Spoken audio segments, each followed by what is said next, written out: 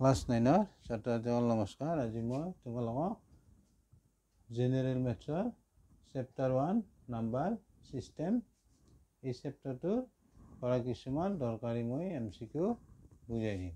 চোৱা, যদি n root of a equal b, ইয়াতে a greater than 0, n greater than 0, অৰ্থাৎ a ও ধনাত্মক n ও ধনাত্মক, তেন্তে a equal what সুধিছে। আমাক দিয়া আছে n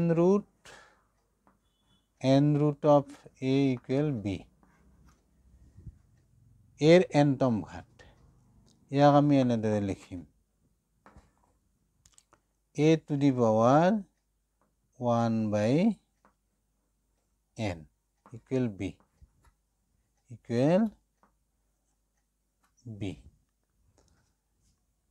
এটুক আমি এনেদৰে লিখিব পাৰোঁ। এতিয়া তুমি দুয়োফালে n পাৱাৰ লোৱা, n power a to the power n whole to the power n ইফালে লোৱা, এইটো হ'ল। এতিয়া চাবা, এতিয়া তোমালোকে এটা বিধি পাইছা, a to the power n into a to the power n whole to the power m হলে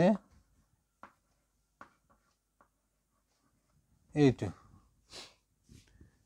a to the power n whole to the power m হলে আমি পাওঁ এইটো a to the power n into m। ইয়াতে চোৱা, এতিয়া এইটো কি হ'ব, a to the power 1 by n into n, আৰু ইফালে হ'ব b to the power n। এতিয়া n কেঞ্চেল যাব, গ'লে থাকিল a, এটি হ'ব,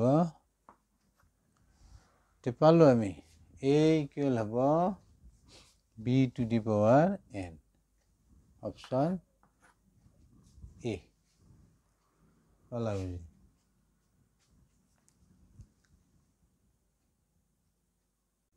ক্লাছ 9 ছাত্ৰ-ছাত্ৰীসকল চোৱা, এই MCQটো তোমালোকৰ এনুৱেল এক্সামৰ বাবে দৰকাৰী। চোৱা কি দিয়া আছে, যদি m আৰু n ধনাত্মক অখণ্ড সংখ্যা তেন্তে a to the power m by n equal what, আৰু দিয়া আছে a greater than 0, এইটো আমাৰ ধনাত্মক সংখ্যা। চাবা, আমি এইখিনিৰ পৰা a to the power m by n, এইখিনিকে আমি লিখিব পাৰিম a to the power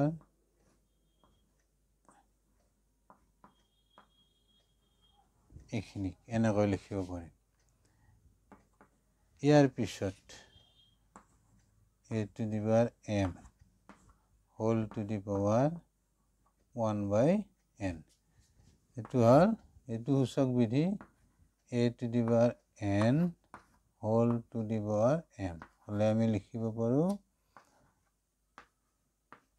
a to the power m a to the power n into m, এইটো লিখিব পাৰোঁ। এতিয়া চোৱা, এতিয়া a to the power 1 by n into m আছে, ইয়াৰ পৰা তুমি এনেকৈ লিখিব পাৰিবা a to the power m whole to the power 1 by n, এইটো বিধিমতে ভালা বুজি।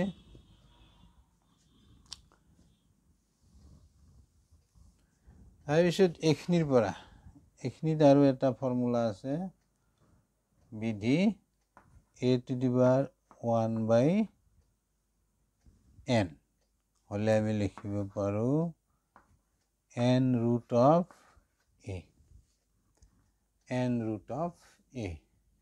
এইখিনিৰ পৰা তুমি লিখিব পাৰিবা a to the power m, এইখিনিকে আমি a বুলি ভাবিলোঁ বা b বুলি ভাবিলোঁ, তেতিয়া আমাৰ সূত্ৰটো হ'ব এইখিনিৰ পৰা তুমি লিখিব পাৰিবা n root of a to the power m এইটো হ'ব গতিকে অপশ্যন চি বুজি পালা